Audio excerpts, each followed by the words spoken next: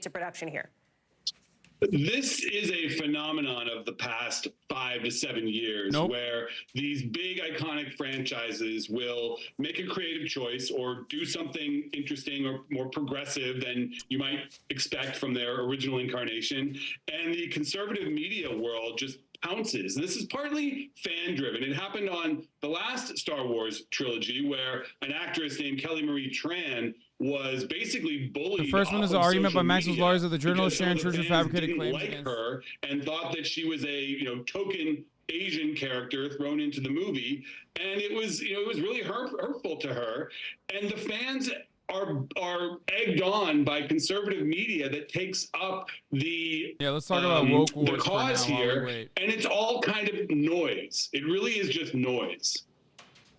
I also wonder, like, obviously, we've heard backlash against like so-called wokeness in movies, right? We know that that's a thing that Hollywood has grappled with here. But when it comes to Star Wars in particular, Daisy Ridley, who was obviously the star back in 2019, her movie grossed like $515 million worldwide, right? So like you got to look at where the facts are and where the reality is here too, it seems, no?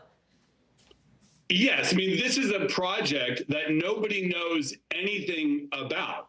They're basing this criticism on some comments that this filmmaker made years ago in another setting. We have no idea what the movie is about other than Daisy Ridley is in it, and there's a bunch of Jedi trainers that she's training to be Jedis. That's it. We don't know what the choices are. Now, I will say that Disney is particularly sensitive to these issues because they have seen it come up a number of times. It came up in the Buzz Lightyear movie where there was a same-sex kiss that was in the movie that drew some controversy. It has come up on the Snow White movie that is in development where there was some press. Again, nothing has been seen about that actual movie, but there was some press about how these 7 dwarfs were going to be replaced by a diverse group of helpers instead of dwarfs. So it comes up a lot, and the CEO of Disney, Bob Iger, actually addressed it last month, and he said, we're going to get away from making the message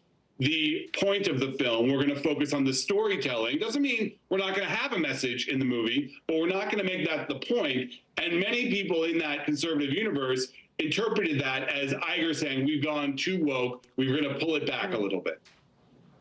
Matt Bellany, there's a lot to untangle on this one. Founding partner over at Puck. We're so glad to have you on. It's good to see you, as always. We'll have you back soon, I hope. Thank you. What the hell? That does it for us for this hour. We've got a lot more coverage picking up right now. Okay, is to make men feel uncomfortable. Guess what? They're not going to watch it, and I'm certainly not going to be the one to pull it up. So just like Captain Marvel, when they try to put these women-first agendas into these action movies, they flop, and this is going to do the same. To that end, a few data points. Try that in a small town. #1 on iTunes. Sound of Freedom earns $100 million. Top Gun breaks Memorial Day weekend record. Modelo Best Bud Light. Wait. Every single thing that you just mentioned is literally nothing in comparison to the Star Wars franchise. What is going on? Like, I don't care about Star Wars at all, okay? But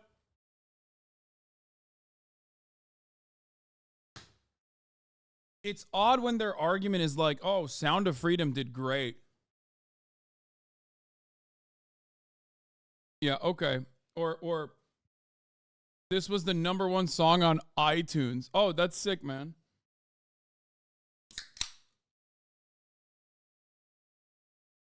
Like, yeah, Barbie made $1 gorillion. Okay, I don't know how much money it made, but all of these movies are massive hits.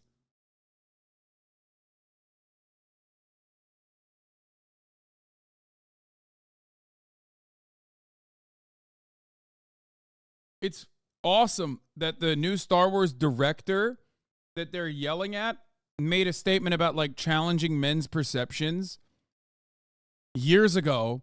And these guys are just like, I'm a serious person and not a major baby. Okay.